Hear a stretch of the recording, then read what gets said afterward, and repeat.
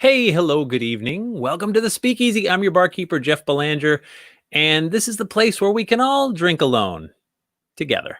It's Wednesday. You've made it halfway through the week, a very strange and violent week. And some days I wake up, I put on my computer, turn on my phone, whatever, and I'm looking at it and I'm just like, okay, give me the damage report. And it makes me wonder sometimes, how did we not see this coming? And then I thought maybe some of us did. Maybe, just maybe, there's some clues that we could cue into that might warn us when times may be good or times may be bad. Maybe not highly specific, but at least enough to give us some warning. I'm talking about astrology. And before you go thinking that this is like, hey, you're going to meet some tall, dark, handsome stranger this week on your Facebook Live feed Wednesday night at 7, whatever. It's more than that, way more than that. Please give this a chance. And tonight I'm going to welcome author, astrologer, a real sage to the stars, my friend, Christopher Renstrom. Hello. Hey, how are you? Oh my God, I'm so great. The world's falling apart and going to hell. How are you? Doing good. Holding both flying. like in a roller coaster. Whee! Christopher, you and I have talked now for, I don't know, 10 years, 15, I mean, a long time. Yeah. A long, long time. And also just there's going to be people chatting in here. If you want to say good evening, tell us where you're from, what you're drinking. We'll try to pop some of your comments on screen. Hello, good evening. Hello. Good to see you guys. Hello from Virginia. Good to see you, Midge. And yes, and thank you, Sandra. We're safe and well. If you want to post questions, tell us where you're from. And please share this right now so your friends can join in the shenanigans, start share parties or whatever it is you're doing. And all are welcome. So, Christopher, Salt Lake City, what's going on there? Well, we had our first major serious riot, which caught the whole city really quite by surprise. It was the weekend before last. And yes, we have the distinction of having joined the flip a police car and light it on fire brigade, like which never happens in Salt Lake City. So it really came to rest here, and it shook up a lot of people, and really kind of opened up the eyes about what's going on. So a lot of people were very surprised to see this sort of end up, here. But at the same time, they were kind of like, this has been in the works for a while. So we're kind of joining the national psyche in terms of surprised, not really, type of thing. And so it's crazy, isn't it? It's so, I mean, these things have happened before, of course, in our lifetime, not even the distant past, right? Or previous years. Yeah. I live in a little town in Massachusetts. There are demonstrations. They're not violent. They've been very peaceful, but still there's demonstrations in these little towns happen. There's one this weekend. And I mean, it's on the one hand, I almost feel like, since this whole lockdown thing happened, I know for me, I've been trying to work on things, right? I painted the ceilings, long overdue. House projects, right? What ceilings did you paint? All of them. Knocking on neighbors' doors. Do you need your ceilings painted? I've been working on me, right? I've been working on my website, getting that updated. And I almost feel like, wow, maybe now is this great time for our whole nation to kind of work on ourselves. Yeah. Right? Well, that's exactly what's going on with the stars. That's absolutely it. In essence, it's a long story, but I'll make it very short. We're undergoing a Pluto return. It's the first time Pluto has returned to the place it was when the United States was founded in 1776. Right. And Pluto is very much about what's bred in the bone will out in the flesh. In other words, everything that's been hidden under the floorboards of the horoscope will come bubbling up, and it has. And so we're dealing with 250 years worth of stuff, what our nation was founded on, maybe in good ways, or absolutely in good ways, and what our nation was founded on in not very good ways. All of that is coming home to roost right now, this year and next. So this is when we're facing it. So a lot of my friends, we communicate with each other via text, solely in memes. There's no words. We just send memes. Oh, wow. And the 2020 memes have just been on point, like this one. If 2020 was a beer, right? That's speaking of bubbles. What are you drinking tonight, by the way? I forgot to ask you. What do you have? I am drinking seltzer with a slice of lemon. That's fantastic. I joined you. I have seltzer. There's no slice of lemon, but it is black cherry flavored. So cheers. Cheers. Yes. Mm. Yeah, the memes have been on point this year. I'm going to just show a couple because they make me laugh to no end. Kermit, right? Still can't believe Tiger King was the most normal part of 2020. Have you watched Tiger King? No. You're the one. We found him, ladies and gentlemen. We found the one who has not seen Tiger King. To watch Tiger King. Well, then I think we're done here. I have no more questions. That was the rest of my questions were all going to be about Tiger King, but that's the whole show. That's all I got. So yeah, it's crazy. We won't even get into it, but you did send me baby pictures, and I'm very curious how an astrologer is made. Like when you're little Christopher here, look at you. Yes. Little cowboy hat. How do you get from that to boom, this astrologer extraordinaire, author, like the guy that took over for Jeanne Dixon for the San Francisco Chronicle? I mean, how'd that happen? It's very funny. There had always been psychism in my family. Half my family is Irish Catholic, very Irish Catholic. And so there's always been a sort of like, talking to with sensitivity and invisible spirits and things like that. Although astrology is not that whatsoever. There's nothing, invisible or esoteric about it. It's actually very mathematical, founded on math. Trigonometry comes from astrology. It was originally invented to predict eclipses. But basically, at 18, I auditioned for the Juilliard School of Drama. I got in. I was there with people who went on to... Wait, I didn't mean to derail you. Tell me that was like from Juilliard days. It was the summer before I went to the Juilliard School of Drama. Here I am in my Shakespeare in the Park production, looking very dramatic. Excellent. Okay, sorry. So you were saying... So yeah, and I had, who was in my class? Kelly McGillis, Kevin Spacey, Liz McGovern, Val Kilmer. They were all like, in my class. We had a good class. We had a headlining class. Not all the classes were headlining. I lasted about a year because although I think I'm a really interesting person, I'm not that interesting that you have to think about yourself 24/7. Switched to NYU for playwriting and film, which was just beginning. And at the end of all of that, I realized none of this was going to pay the bills or the rent in New York City. I had been invited by a friend to an astrology class and took to it. And I remember having a huge argument with my mom on the phone.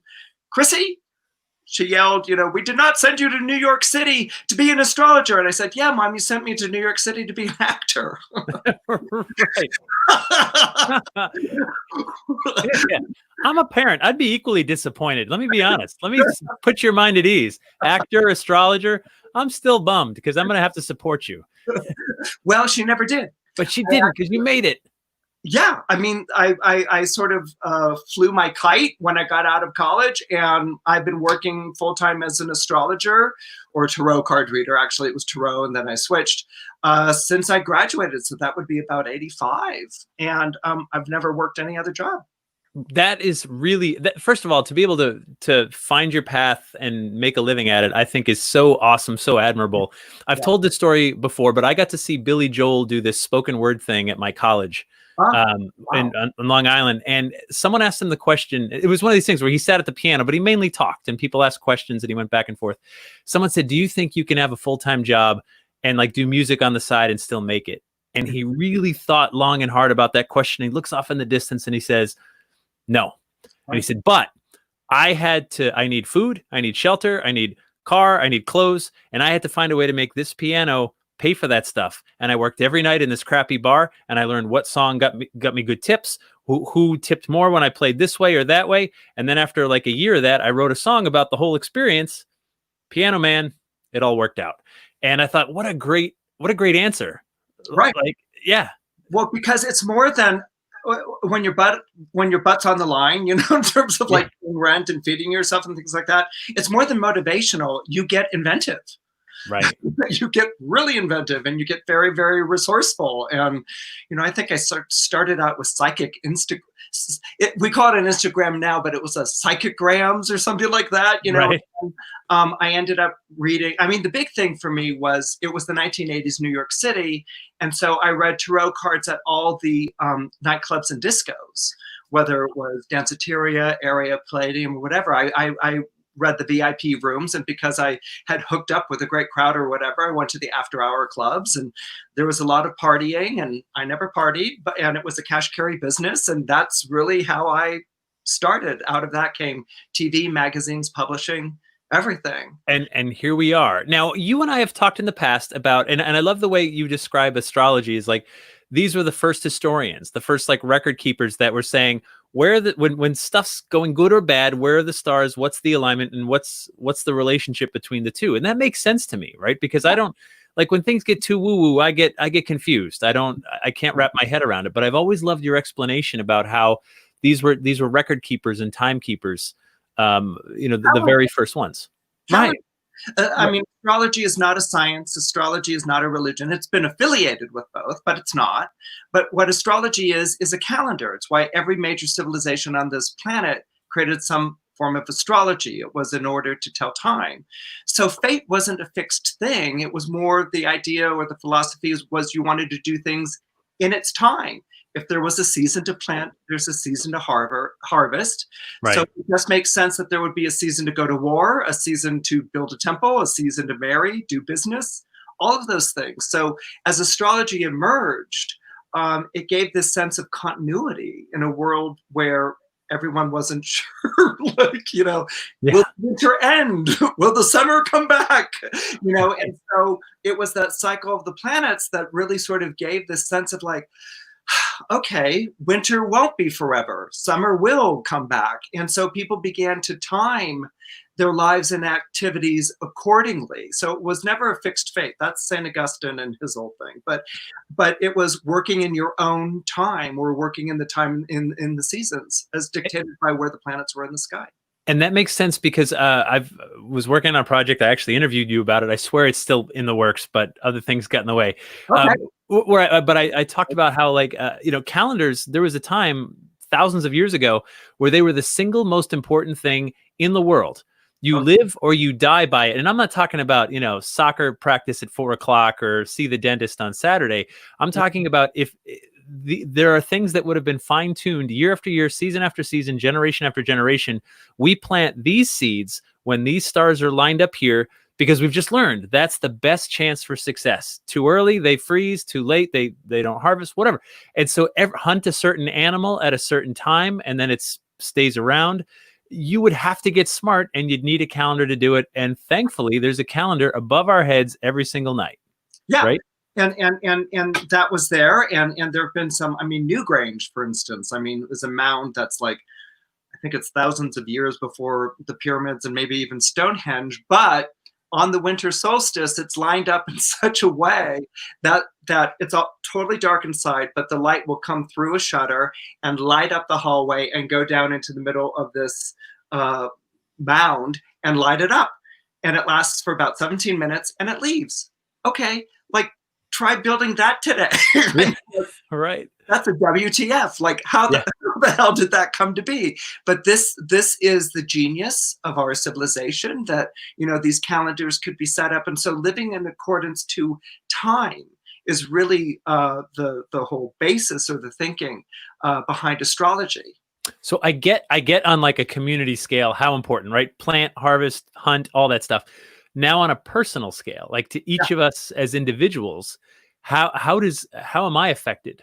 Right? How can I relate to that? Well, basically, the stars have always been used for guidance. Sailors found their way to their destinations and back home by the stars. And so this idea of looking to the stars, not for prophecies or things to be muttered, but, finding to align yourself with the heavens, has always been a human impulse. As astrology begins to develop, originally it was designed just for the king, just for royalty. And for centuries, we have only royals' charts. The regular folk forget about it. Wait until the daily horoscopes come out in the 20th. Right. Until then, if you were a king or a prince or whatever, you had your horoscope done. And so that's when it began to become personalized, when it was like, this is the horoscope of our king or of royalty. In fact, all the Caesars from, it's not Julius, it's Augustus Caesar through, I think, the last one. It's the one after Nero.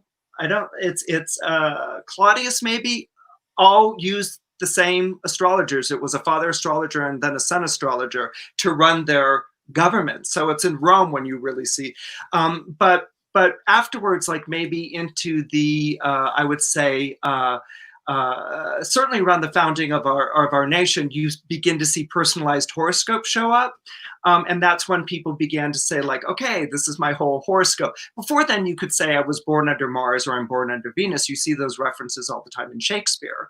But it's really, you see the emergence of the popular horoscope in probably the 1700s, 1800s, and then it's taking off by Civil War period to today here in America. Now, not to ruin the surprise, but you ran I gave you all my information and we're going to show it and read it. So now you sent me the graphic, which I have no idea how to read. In fact, let's show people, like, look. Let's look at that scary graphic. There it is. Yeah. I don't know what any of it means. I know the word at the top. That's me. And when I was born and the date and the time and the place, I gave you all that. I had to check in with Mom on the time. Okay. And there it is. So help me understand, what are we looking at? Okay, what you're looking at is an astrological chart. Yep. A chart, and we're looking at something that's going to tell us two things. Okay. The first thing that you always look at in a chart is the sun, and the image of the sun is a circle with a point or navel right in the middle of it. Okay. And so that we know as our sun sign, right? It's it to be your birthday. And so when you look at your zodiac sign, that will always tell you the time of year that you were born. All right. Right. So it's not just that you're a Leo, but that you were born in the heart of summer. Okay, so right. That's going to say something very important. Then the astrological chart itself, which is that entire circle that we're looking at, divided into 12 pieces, I want you to think of as a clock. All right. So imagine, for instance, and this is great. I'm so glad I sent this to you. What you want to pay attention to are 9, 12, 3, and 6. Got it. The 9 o'clock point here on the chart is when the sun is rising. The 12 o'clock point is noon. 3 is when the sun is setting, and then 6 will be like midnight. Okay, so basically every chart will be divided into 12 houses. They're like spaces on a game board that you move a token through. Okay, and these houses are 2 hours long in duration. So basically, when we go back and look at your chart, we see that your sun is up high, all right, around the noon time point. Yep. In what we would call the 10th house. So the house will always tell you the time of day that your sun is in, and the sign will always tell you the time of year that your sign is in. And these two things are very important. From this, we can determine very quickly that you're a daytime birth, that you were born between the hours of 10 and 12, right. Probably closer to 12 noon, and that for you to be seen is a very big deal, which, well, totally. Wow, you have to be an astrologer to say that about a Leo? I'm a Leo. We're awesome. Duh. Actually, you are awesome. Every zodiac sign is ruled by a planet, right? But Leo's is the only one that's ruled by a star, which is the sun. The sun was considered a planet in astrology. It goes back to the Greek word planitos, which means moving stars or light in the sky. So we see that the sun is very prominent. And so the Leo qualities would be very prominent for you. Leo is the sign of the good father. So whether your father was a good father or not, the expectation that he would be was certainly there. If he was good, then he was wonderful because he's very seen, he's very recognized, and if he wasn't, then your ideal, wanting to reproduce that in your own life, is going to be strong. Okay. Because your daytime chart, you're aspirational. Okay, the sun is high up, so you're always looking up. You're always climbing higher than would be comfortable. Most people might settle here or there or whatever, but for you, always going higher is very, very powerful. It's very, very important. Also, as a Leo, your family is extremely important to you. This isn't something that is talked a lot about with Leo. Cancers usually are the home bodies or hearth and family. But if you think of Leo, which is named after the lion is the only large cat that's social. that maintains its family. It maintains its tribe. All the other large cats don't. They leave, they wander, they're solo acts or whatever. So with lion, you really have the family. You really have the tribe. So that family and tribe is going to be extremely important for you. Leo rules over arts and entertainment and sports. Okay, so again, the higher you see that in the sky, if it's connected to your sun sign, the higher you will identify. The higher place comes the rewards and benefits. So you're not just known in your neighborhood, you're not just known at the bar, you're known nationally and probably even internationally because of the prominence of that sun sign. Okay. So those are the things that we begin to that we can determine. Astrology will have a lot to do with status. Again, that's based on the sun. A sun being born in the daytime means I want to be seen, and being born at night means I want to produce a lot. Okay, or I want to help or provide. So these are two very different junctures of that. I know. Hello. Should I take that? Sorry, go on. Sorry, can you hold? Yeah. Hold on, Christopher. This is important. It's a spam call. Go ahead. So spirit is important for you too, because you're born under an element. Astrology also, we deal with planets, but we also deal with the four elements, the element of water, earth, air, and fire. Fire is spiritual. Water is soulful. And what the ancients were trying to describe here with the elements, it goes water at the bottom, then it's earth, then it's air, then it's fire, wasn't evolution of the soul or anything like that, but it was the behavior of the element. It's the nature of water to go down. If you have a leak in your house, it will find the lowest point before it emerges, okay? Yeah. That's what water does. So water is depth. That was connected to sleep, the unconscious, the soul. Spirit, fire, was up and out into the future. You know, it's the stars. So the fire signs are very spirited. They're ruled by their excitement, their passions, you know, the things that get them going, you know, and then you've got 3 signs per element. But what also makes Leo so special is that Leo, of all the fire signs, actually Leo, of all the astrology signs, places the highest value on individuality. Okay. There are other signs that might like dive down a rabbit hole or pass the buck or fade in the background or whatever. But Leo believes I make a personal difference.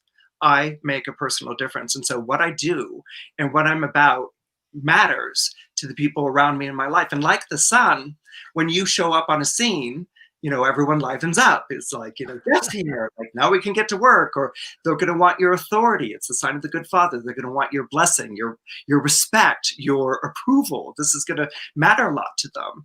And then of course, when you leave, everyone's like, where did Jeff go? And like, I can't make a decision without Jeff. And Jeff, can I call you with this like really ridiculous problem that I could probably solve on my own, but I'm convinced that I need your approval for, you know? So this is the downside of being a Leo, because there can be this feeling that you're always on, that people are always expecting you to deliver the heat, to deliver the light. And you feel like, yes, I should do that, but you're not a star, you're a human being. And, you know, you can go through things like burnout or draining, or like, you know, can't you figure it out yourself? Or, you know, things along those lines. I've been there. That's no, I mean, I get it. And not only that, like I recognize, Christopher, part of the reason this whole speakeasy thing was born was because when this whole quarantine happened, all my gigs were canceled. And I've discovered if I'm not in front of an audience often enough, I'll die. Right. I'll literally suffocate and drown and Well, it is. And part of that's Leo, but there are many Leos who are like, well, I'm not like that or whatever.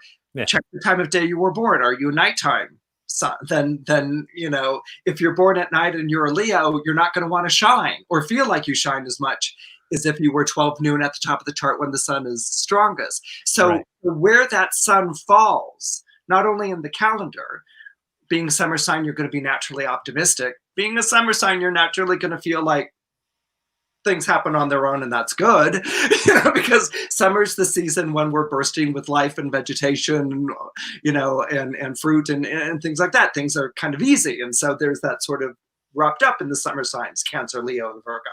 Whereas if you're a winter sign where things are scarce and cold and, you know, there's more fear of like, if I don't really work hard for this, then it won't happen. So being a Leo, it's like, you know, I'm here. That's true. Gosh. Okay. Tell me the bad stuff. Okay. With Leo? Yeah, I'm ready. Let me have it. It can be overbearing, and it can be like the sun. Again, I mean, so much of astrology came from the world. It comes out of the Middle Eastern, Asian. Well, it comes out of the Middle East. That's where it begins. Okay, so you don't want to be traveling, for instance, across a desert, in a summer sun. Okay, it burns. Okay, so for instance, the sun is said to be in its happiest place in Aries, the beginning of spring, because it's just rising and things are coming to growth. Sun in Leo, especially when it's high up, the heat is overbearing. So instead of being nurturing and giving, it can become crippling and not suffocating, but it wilting, making things wilt. It's too much. Okay, sort of thing. And so that's one of the bad things with Leo. But to translate that into a day-to-day life, one of the problems that I've seen with Leo is this assumption that if they can't do it, then nobody else can do it either. It's just that's not true. I don't see how you could possibly do that. I mean, I don't see myself doing it, and I don't see myself as being very good at it. So if I can't do it, and if I don't see myself as very good at it, I don't see how you can do it. Yeah, I get you. That's true. Okay. And where that can actually be the most challenging is with a child. Yeah. Okay. So for instance, a Leo parent may not have been good at math. Let's take math. They might not have been good at math. And let's say they have a daughter who's like a whiz at math or whatever. And so the Leo parent's like, you know what? I don't see, I can't get behind you on this. And what makes it even more a little bit is that they actually think they're being protective by discouraging their child from being aspirational in a way that they couldn't imagine themselves being aspirational. And they think they're being protective. I'm saving you from this. Sure. Because it's a protective figure. And so the kid may never get recognized for what they're really good at. And it may be the cousin or the uncle who comes back to the Leo parent and says, you know what, she's really great at math and she just won this prize and she's really going places. And what's nice is actually that's when the Leo will flip and be the first to, roar the loudest with approval or applaud or say you did a great job. But they can have blind spots when it comes to Leo is ruled by the sun, so they're walking around in an orb of light. It's always daytime. The sun never sets in space. Right. So anything outside that orb of light isn't really seen. My God, I sound like a real asshole. You can't say, tell me something bad. I say something. No, I know. Oh, I am. So, okay. So you mentioned being a dad, and that's a job that I do take really seriously, and I don't want to screw it up. And I'm so hyper conscious all the time. And oh my God, I don't know if you have any younger children in your life that are trying to show you their new math, like not the math we learned in schools, like the new way they scary math. Yeah, I'm like, I just multiplied one. I didn't make boxes and put lines in it. I never did that. I don't know what that is. Right. And I learned early on with my daughter. Now, fortunately, my daughter's pretty smart and she's a good teacher. So I would always say that way. So I'm like, well, please teach me how to do this because I can only do it the old way. And so show me what you're doing. And as she talks to it, she goes, oh, now I know how to do it. And I'm like, well, I'm so glad I could help. Right. I did nothing. Yeah, just boy, being dumb just paid off, right? Finally. So no, it's but I get I'm very hyper conscious, and not only that, I mean, she's already got some teachers. She's like, oh, you're Jeff Belanger's kid, and I've got some of his books, and this or that, and I'm like, oh, that sucks. I don't ever want her to stand in my shadow. I want her to have her own life, choose her own things, whatever that is. Right. So I think of that. I think of that a lot. I'd rather be Sophie's dad than her Jeff's child, Right. But it also gets right. Well, because you don't need to outshine. And you also have this really lovely Libra rising, which is very much like, let's share space, Okay. And things like that. Well, and that gets to, actually, we brought up the rising sign. Shall we talk about? Let's do it. Tell me. So where am I looking now? You were looking at 9 o'clock. 9 o'clock. Got it. Okay. And do you see the TV antenna that's really weird over there?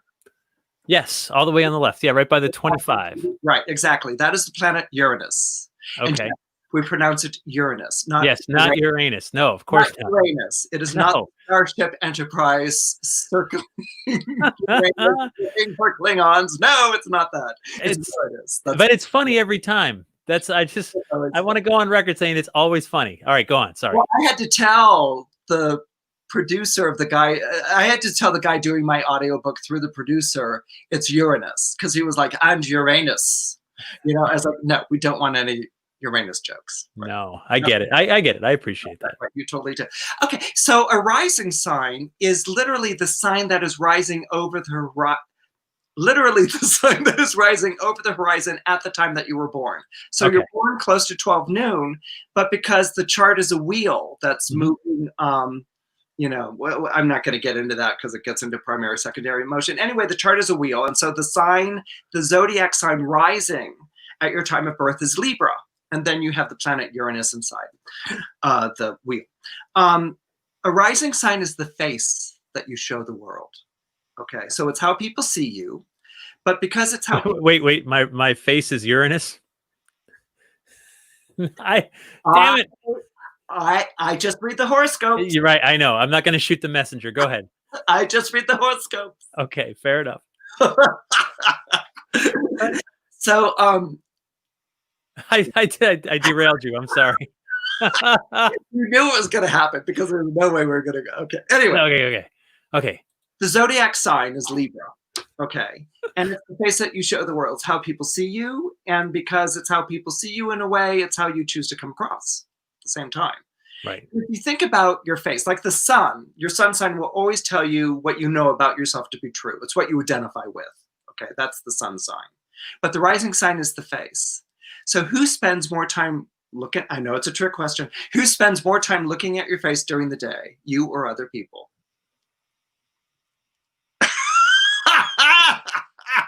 Oh, I'm sorry, Christopher. You're here. Oh, were you here the whole time? We're talking about something. Fine, other people. I don't take selfies all day long. Right. On those moments when you just, have... Okay, so it's other people who are seeing you. Right. So other people are going to see you as the zodiac sign Libra. Okay, which actually makes a nice fit with Leo. You kind of have that in common with Bill Clinton. Anyway, he did all right. He did okay. But Libra is a very inviting sign, but it's very you-oriented. In other words, Libras are always asking people about what they think, about what they would like to do, about what's important to them. And this has often been interpreted as vacillating, not being able to make up their minds. And actually what it is that it's an interview process in which they're giving away little of any information about themselves, and they're getting more information about other people by asking them questions about themselves. Right. So Libra is very inviting and very open, in terms of the way that it comes across.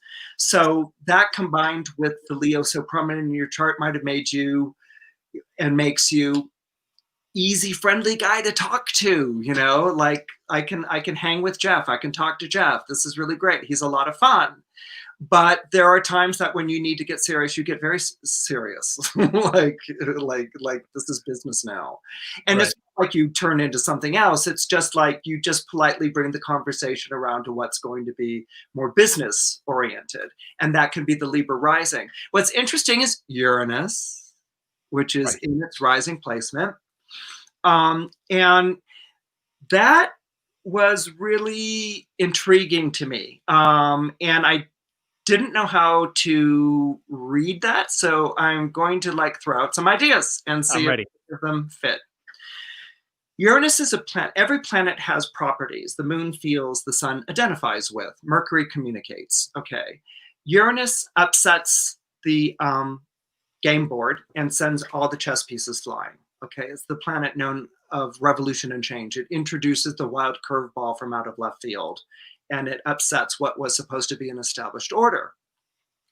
So with the planet so close to your ascendant and forming a square to Venus very, very high up in the chart, it makes me ask, and it could be one of those things, and it's all right if it's like, no, that didn't happen, but it makes me ask, was there any sort of upset or really upset, actually, in family life, early in your life, in the first year to 4 years of your life? And did it perhaps have to do with the parents in some way?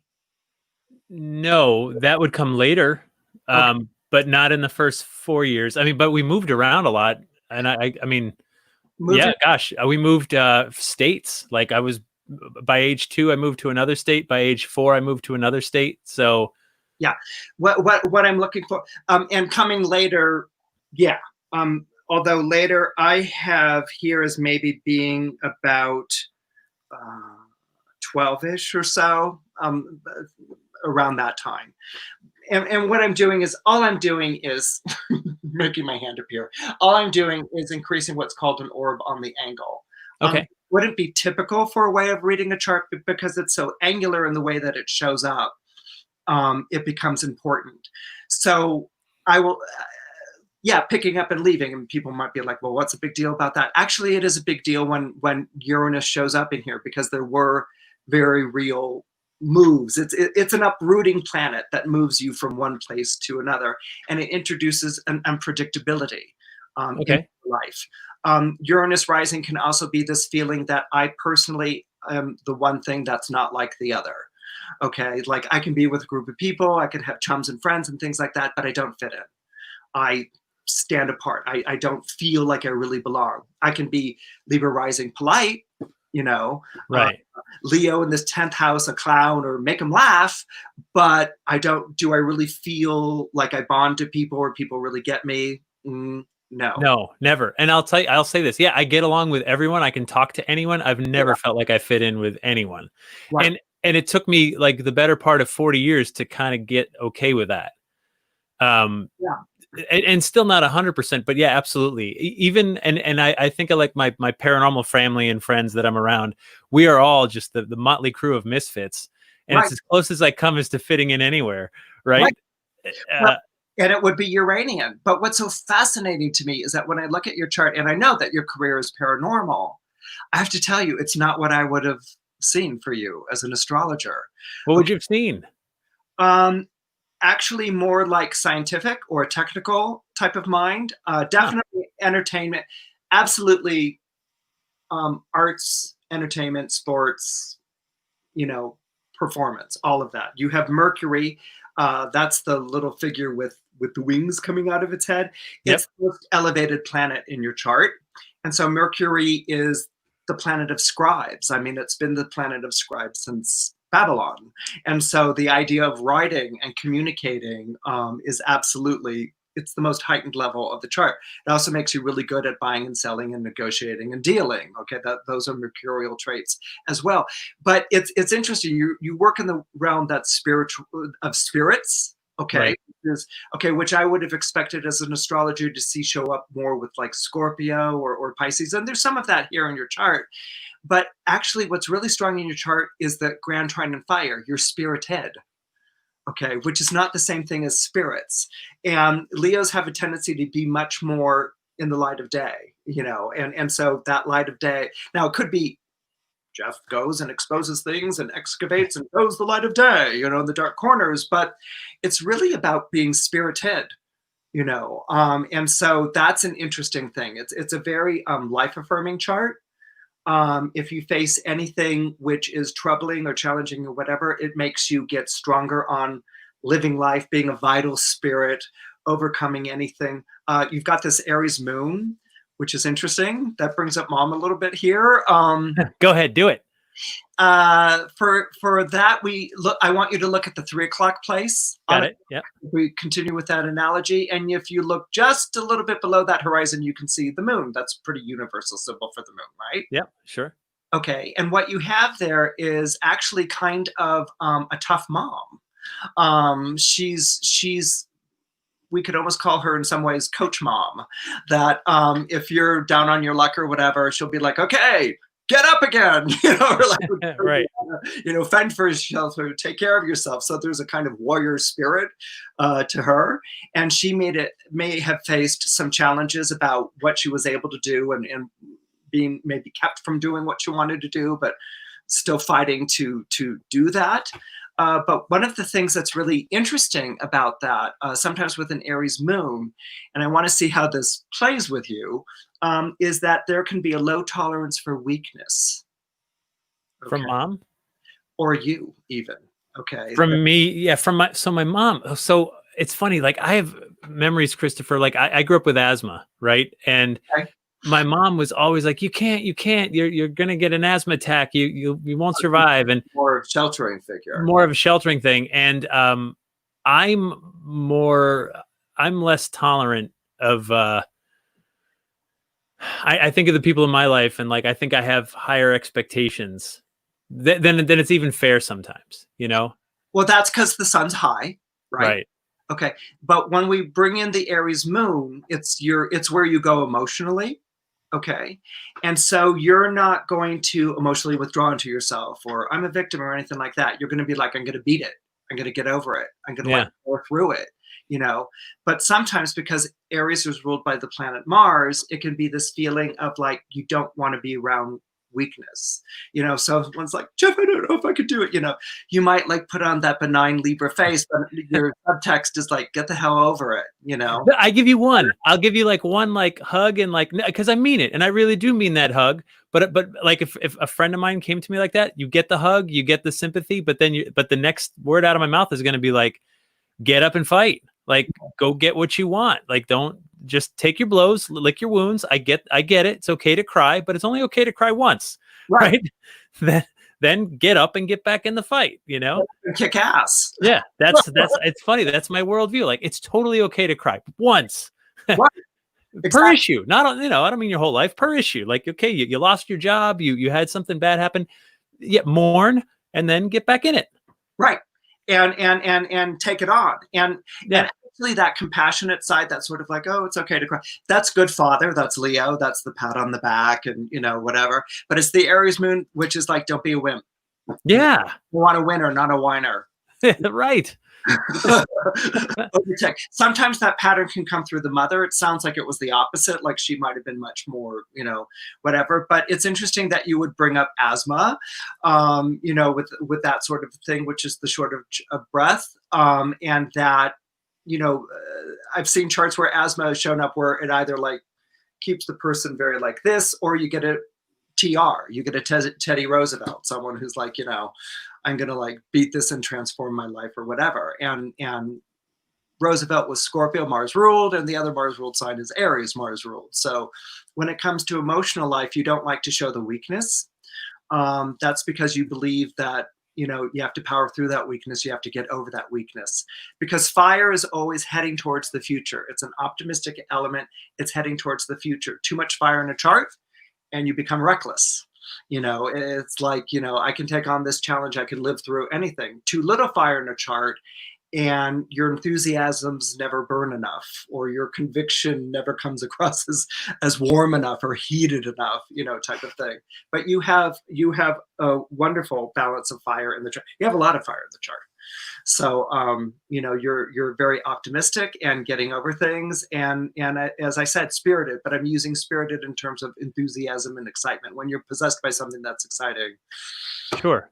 You know? No, and I get it's funny that you see that about me in my paranormal life, because I don't consider myself psychic. I don't go in for like the touchy feely. I'm really more about like the history, the legends, the lore, the people's firsthand accounts. Like, that's the part that gets me the most excited, not so much sitting in the dark trying to commune, right? Yeah, and that's your Saturn in Cancer, by the way. So okay, the chart. The Saturn in Cancer is interesting. Typically, you know, Saturn is the small case H with the cross. It's next to the female sign, which is Venus, over there, just to the right of the 12 noon, if you see it up there. okay, yep, see it, yep. Okay. And that was interesting to me too, because again, I was like, I'm not seeing a lot of Neptune in Jeff's chart. You know, I'm not seeing like where is this interest in the paranormal coming from? And then I was like, oh, you know, one of those astrology moments. Saturn in Cancer. That's the planet you see show up a lot in people who live on Ancestry.com. You know, where okay, you know, like I have to trace my yeah, because Cancer is hearth and home, what's been passed down through the generations, you know, genetically or in terms of family history. That's what Cancer is all about. So Leo's sense of home, family is like, look at my lions, you know, things like that. okay. Sense is like, this is tradition. This is what's been passed down. This is what's important. This is, you know, did you know that your great grandmother was, you know, so it's all of that. And so with Saturn, which is famous for its love of history, that's when I was like, okay, so this is like an ancestor worship type thing, you know, that's going on in the astrological chart itself, why you would be so drawn to that. So that's the interpretation I would put up on that. But it does indicate, Jeff, that there might have been issues or difficulties in your family life. Oh, sure. Of course. Oh, God. Everyone has them, but for you, they would have been very, very strong. They would have been very, very powerful and very, very paramount. So a lot of the way that you're going to respond to that is to create the family either you felt like you didn't have, or the family you should have had, or the way that family should be, if that makes sense. I could see that. Yeah. There was problems for sure. And we don't have enough time to unpack all that. When you see a planet, and this is just to sort of say to everyone who's watching, well, everyone has family problems and things like that. It's based on the prominence of the planet, how high up it is or how angular it is, that then, as an astrologer, I can feel comfortable to talk about this, and so that's why we'll go into those things. But Saturn is the planet of tests, trials, and tribulations, and it's the planet of fear.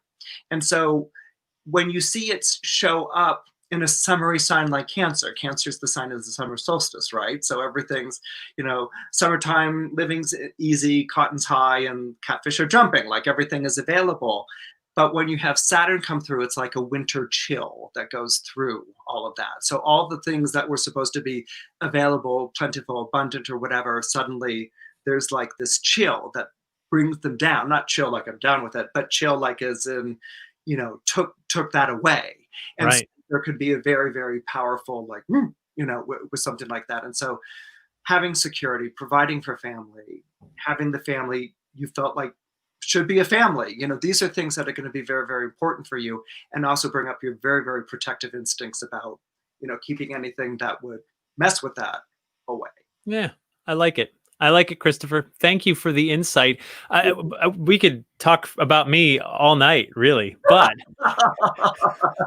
serialize it. We could make this like a 20-part podcast. But I want to know, WTF is going on with 2020? Like, I'm thinking Mercury went retrograde right into Uranus. Yes, Uranus. And that's why we're here. What happened with 2020? And did you know? And if you knew, why didn't you tell me that it was going to be like a train wreck of the stars? Because the thing this is the weird thing. Astrology, by the way, was associated with weather forecasting until like the latter part of the 19th century. Like, oh, shitstorm. Like, here it comes. Right. That's a nice way of saying it. Yeah, right. Fuster clock. Yeah, right, right. In astrology, we spend as much time in the past, maybe even more, than we do in the future. Okay. We're always looking back to when the last time we had this alignment. And so astrologers knew this was coming for 30 years. It was a no-brainer, actually. Because if you go 30 years ago, okay, you've got a plague going on. It's called AIDS. And you have a collapse of a government going on. It's called the USSR. Sure. Okay, so, and that happens whenever Saturn is in Capricorn at a prominent place, usually hooked up with a modern planet. That is the planets that were discovered in the after 1761, I think it is. Okay, right. So that's Uranus, Neptune, and Pluto. Okay. It's Uranus, Chris. I don't mean to correct you. It's Uranus. Thank you. Okay. So Saturn conjoined Uranus in the 89 to 91 period. Okay. And so you start with the collapse of the Berlin Wall and in 88, the fall of 88, and it goes right on through. And there's a domino effect. And so it happened on that side of the world. So everyone's like, oh, good with that, like that side of the world. Yeah. So 30 years, it completes its cycle. But this time, instead of conjoining with Uranus, it's conjoining with Pluto. And Pluto is named after the god of the underworld. So it's everything that's under the planks. Okay. What we have to remember is that Pluto and Zeus, or Jupiter, his Roman name in mythology, were both judge gods. Zeus was the god who decided whether you were going to become a constellation or not and live forever. And Pluto was the one who decided if you were good or bad. If you were good, you got to go frolic in the Eleusinian fields. And if you were bad, you were thrown into the pits of Tartarus. Okay. Right. So with Pluto having the sun takes 12 months to go through all 12 signs. Yep. Pluto will take about 250, up to 250 years to go through all 12 signs. So the last time Pluto was here was 1776, the founding of our country. So it's kind of like I'm looking at people like, what's the problem with protest when our country was founded on protest? Hello? Yeah. So Right. when, if you go back to 1776, who were we protesting but a mad king? So Right. you have this repeat that's going on, but you also have Pluto's under the floorboard. So you have the things that weren't talked about, like, oh, I don't know, slavery or massacre of indigenous peoples. So all of this stuff is coming back right now. What was also playing into it, and I didn't predict it. I didn't predict it at all. But when you go back and consult the books, which is what astrologers do constantly, Mars is the planet of pestilence and plague. Okay. Mars conjoined Pluto on March 22nd, and I believe it's March 16th when the first shelter-in-place order is issued. So Mars is exalted in Capricorn. That's technical. You don't have to like worry yourself with it. But anyway, these things were basically being set up, and it's going to be one thing after another through 2020 and probably going into 2021 as well. What I can say with the saving grace is that it's hardest when the planet approaches. A planet approaching is like you can hear in a distance a police siren, but as it comes closer to you, it gets louder, and then it leaves. Okay, so a planet approaching is that siren coming close to you, and then it's really, really loud, and then as it departs, the effects of it aren't as bad. But certainly the ideas of racial injustice and whose America is it, and what does democracy mean? All of these things are coming to the fore, and this is what's going to really test us as a nation, because democracy in the 21st century isn't what democracy looked like in 1776. No, of course. And also, I mean, we have to learn, we have to grow, and you can study, but the analogy I've used is like, you can tell your kid, don't touch the hot burner on the stove, it'll burn, until they actually do it. And they go, oh my God, right? You need the pain. Sometimes you need the pain to grow and to learn and to remember. Or the car looks really great when you're 16, but it's a different car when you have to pay insurance and pay for it. Right. Yeah. Yeah. Your perspective changes. And yeah. So, and it's easy for us too. I get that. Like, it's so easy for us to just beat up on 21, the memes. I don't even think I got to them all, right? I love this one, right? 2020 had an album cover, right? It's going on and on. And then this one I can relate to, right? I did survive 2021, so that was college. I preferred the green Mad Dog 2020. I don't know which kind of malt liquor wine you preferred, Christopher, but I was the green Mad Dog. But you said you didn't party. You were just giving readings at the nightclubs while people are like high on coke. When I was working, I wasn't saying that, but when I was working, yes. All right. Didn't mean I was a priest the entire time. Right. So when the shift's over, you're like, Mad Dog, hit the bodega and just yeah.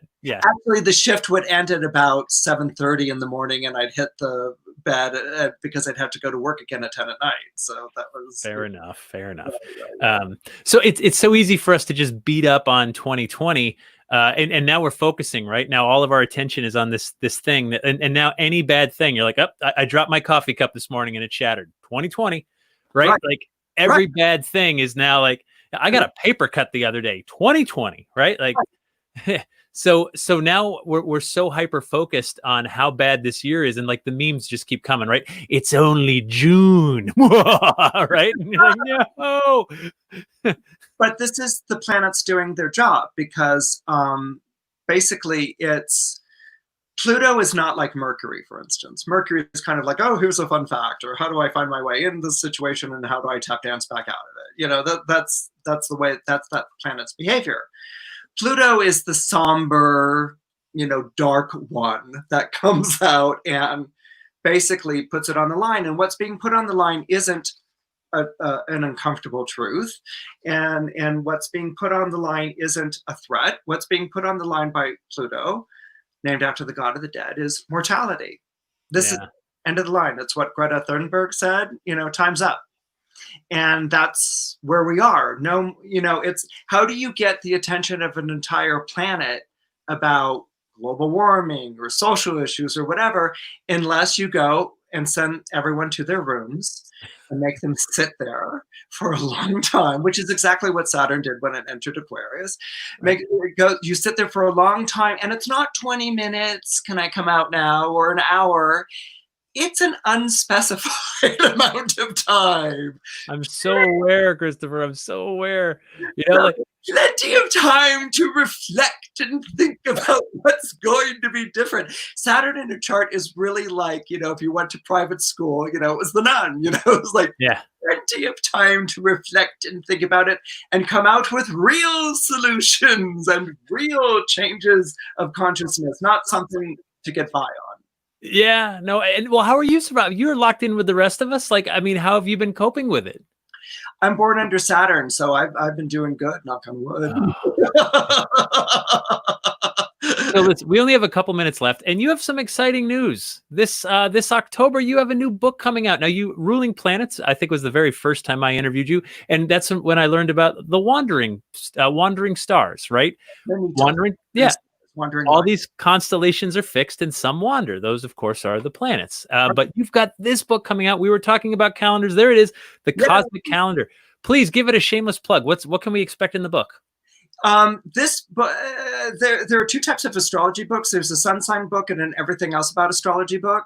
The sun sign book is fun because you read about yourself. The everything else makes your eyes glaze over. So this book actually puts the sun back into the center of your horoscope and teaches you how to look at your horoscope, but always bringing it back to the sun. And it's based on the idea of a cosmic calendar. We live in a solar calendar, thanks to Julius Caesar, not a lunar one, although the Eastern cultures do. And so this book basically connects you to the idea that your chart is a calendar. So it teaches you how to read your good times versus bad times of year, as well as your character. And then, of course, you can go and apply that to everyone else in your life. My mission as an astrologer is to make it accessible, not make people's eyes glaze over or get like, and so this book is really kind of the follow-up to Ruling Planets in that regard. Well, congratulations. It comes out in October? Thank you, October 2020. And you can pre-order. Pre-order right now. Amazon and Barnes & Noble and Target. Yay, Target. And so this book is coming out near the end of the year when things are going to start getting better. And you can sit down and be like, well, on the way to getting better. Come on, work with it. Give us some hope, Christopher, please. Anything. It does get better, but the thing is, what I do want to, sorry, I'm an astrologer. Late August, September, October, there may be a recurrence of the virus because Aries will be in Mars will be in Aries, its own sign, Saturn's in its own sign, Capricorn. So you have to be, I have to tell everyone really to keep an eye out for that. It doesn't really clear up until maybe about February of next year. And then it starts, slowly. Oh, Saturn takes a long time. And those are the changes that stick, man. Dang it, man. All right. Well, so Christopher, people have been saying like they want more. And here's the thing. If you want readings from Christopher, like I got tonight, but even way more intense because I was teasing him a lot, rulingplanets.com, you can book your own thing. And Christopher's been doing that. Nice. You can still work from home and people can do this from anywhere. So that's pretty cool. So that's the best way. Someone did ask earlier, how can I arrange a reading? And that's the way you can do it. You can go through and get to Christopher that way. You can follow him on social media like I do. Like I follow him on Instagram. There it is, Christopher Renstrom. Yep. And Twitter, Ruling Planets. And you can follow me too and just look for who I follow. And we're all following everybody. And I don't even know who's leading anymore, but we all have to follow the sun, Jeff. That's right here.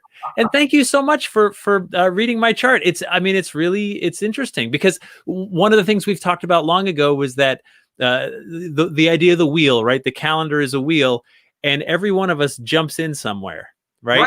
I jumped in August 8th, right? And in the summer, December, the winter.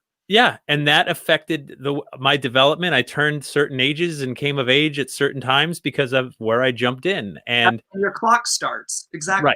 Right. And each of us has a unique moment when we jumped into this whole race. Which means you have a unique clock and a unique calendar. Yeah. One last question. So someone who was born exact same day, exact same time as me would have the same chart, right? Mm-hmm.